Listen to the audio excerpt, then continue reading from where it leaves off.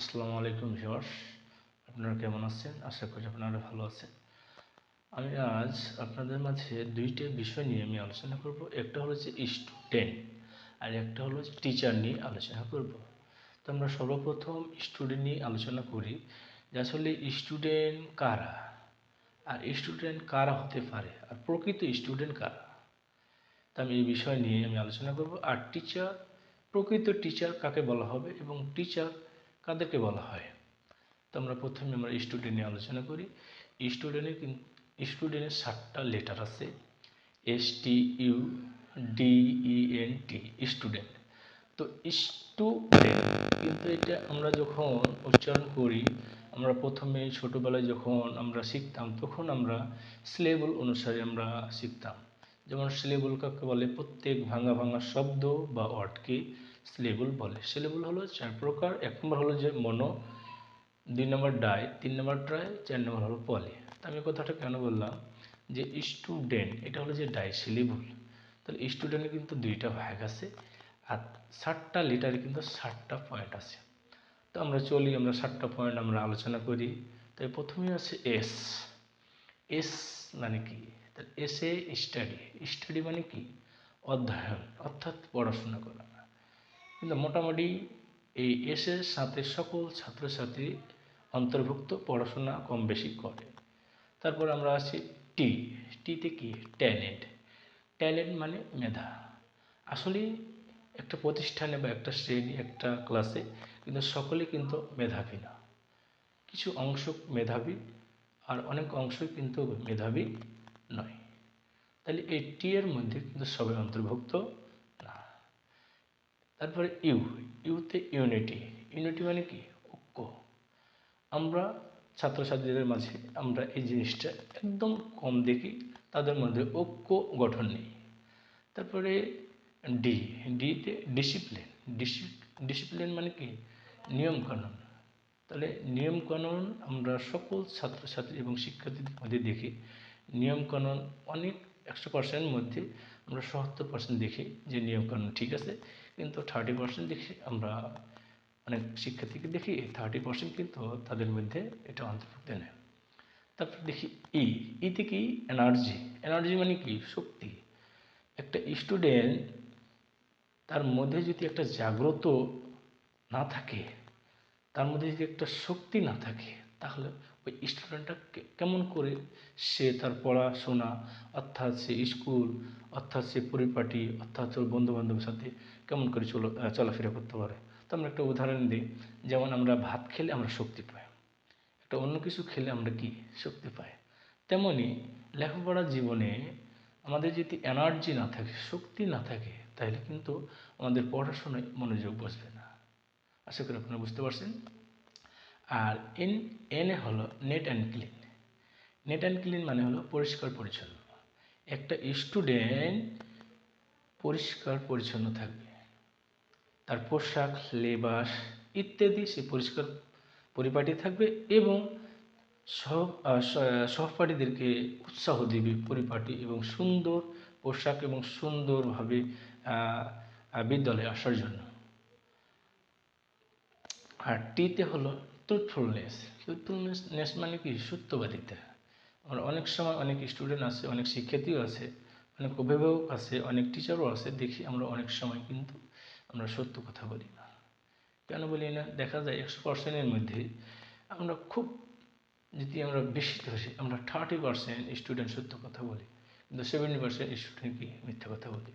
তো এই যে আমাদের স্টুডেন্টের যে 7টা বৈশিষ্ট্য, 7টা সংখ্যা, তাহলে এই 7টা সংখ্যা, 7টা বৈশিষ্ট্য আমরা কোন কোন স্টুডেন্টের মধ্যে আছে, অন্তর্ভুক্ত আছে।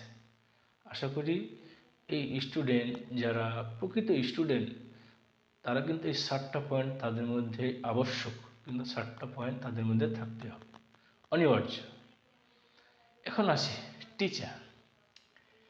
টিচারে কিন্তু আপনার হলো 2টা ভাগ আছে, টিচ আর একটা হলো আর। এটাও ডাইসিলেবল, এর 2 ভাগ করা আছে। টিচ, টিচ অর্থ হলো মানে টিচিং দেওয়া, আর আর অর্থ মানে পূর্ব পরিকল্পনা করা। টিচ আর মানে টিচ আর আর 2টা হলো টিচার। তাহলে টিচার আমি কাকে বলবো? যে শিক্ষক, যে টিচার পূর্ব পরিকল্পনা, পূর্ব পরিস্থিতি নিয়ে পাঠদান দেয়, ক্লাস শ্রেণীতে যায়, সে হলো টিচার। যে টিচিং দিচ্ছে জানে না, সে টিচার নয়। তাহলে প্রকৃত টিচার হতে হলে তাকে সম্পূর্ণ পরিপাটি এবং পূর্ব পরিকল্পনা থাকতে হবে, লেসন প্ল্যান। যার মধ্যে লেসন প্ল্যান নেই, যার মধ্যে পূর্ব পরিস্থিতি নেই, সে হলো টিচার নয়। তাহলে টিচার হবে একজন আদর্শ, গুণমান, নরম, ভদ্র এবং প্রত্যেকটা শিক্ষার্থীদের মাঝে উৎসাহিত কথা এবং আনন্দমূলক কথা এবং উজ্জীবিত তাদেরকে তৈরি করতে হবে, উৎসাহ দিতে হবে এবং তাদের পাশাপাশি প্রত্যেকটা শিক্ষকের উচিত প্রত্যেকটা শিক্ষার্থীর নাম জানা। যদি আমি ক্লাস টিচার হই, যদি আমি শিক্ষার্থীর যদি নাম জানি, তাহলে আমি টিচার নই। কিন্তু টিচার অন্তর্ভুক্ত, কিন্তু আমি প্রকৃত টিচার নই। আমি যদি প্রকৃত টিচার হই, অবশ্যই প্রত্যেক শিক্ষার্থী এবং প্রত্যেক ক্লাসের ছাত্রছাত্রী অবশ্যই নাম জানা প্রয়োজন। আর টিচার একজন হতে হবে আদর্শ, গুণমান, আদর্শলিপি।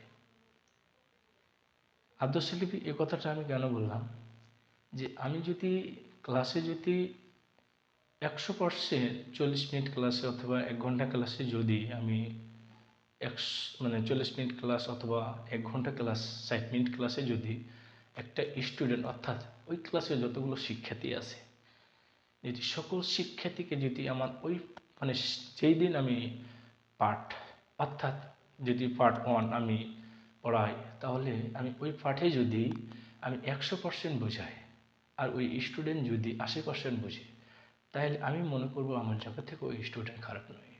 কেননা আমি 100% বোঝানোর পর ও 80 পেয়েছে, তার মানে 100-র মধ্যে ও 80 পেয়েছে, তার মানে ও সবচেয়ে ভালো স্টুডেন্ট, মানে প্লাস করছে। আর আমি যদি ক্লাসের মধ্যে যদি 70% বোঝাই আর ওই শিক্ষার্থীগুলো যদি 50% বোঝে, তাহলে ওই শ্রেণীর শিক্ষার্থীর দোষ নয়। কারণ আমি যদি 70% ক্লাসে বোঝানো বা বোঝাতে পারি, তাহলে ও যদি 50% বোঝে, তাহলে তো উনি তো খারাপ স্টুডেন্ট না। তাহলে এটার মানে আমি এই জিনিসটা বোঝানোর চেষ্টা করছি যে প্রত্যেকটা বিষয়ের শিক্ষক আগে শিক্ষক সামনে দৌড়াবে, ওই শিক্ষকের দৌড়ার উপর ডিপেন্ড করে, শিক্ষকের দৌড়ার উপর ফলো করে কিন্তু একটা শিক্ষার্থী কিন্তু সামনে এগিয়ে যাবে। যদি শিক্ষক যদি দৌড়াতে না পারে, তাহলে কখনো এটা আপনি ভাববেন না যে ওই শিক্ষার্থী দৌড়াতে পারবে। আপনি যেমনভাবে আপনি শিক্ষা দিবেন, তেমনইভাবে ওই শিক্ষার্থী আপনার দেখে আপনার শিখবে। আপনি যেমনভাবে একটা বইয়ের সাথে সংশ্লিষ্ট থাকবেন, দৌড়াবেন, ওই ছাত্রছাত্রী তেমনই বইয়ের সাথে দৌড়াবে এবং সংশ্লিষ্ট থাকবে। আশা করি আপনারা বুঝতে পারছেন আমি কি বলানোর চেষ্টা করছি। আশা করি এক ভিডিওতে সম্পূর্ণ বলা বা বলতে গেলে অনেক সময়ের ব্যাপার আর কি। তো আমি বাকি অংশ অনেক কিছু বলার আছে আর কি। তো আমি পরবর্তী এক ভিডিওতে আমি বাকি অংশটিকে বলবো ইনশাল্লাহ। ধন্যবাদ সকলকে।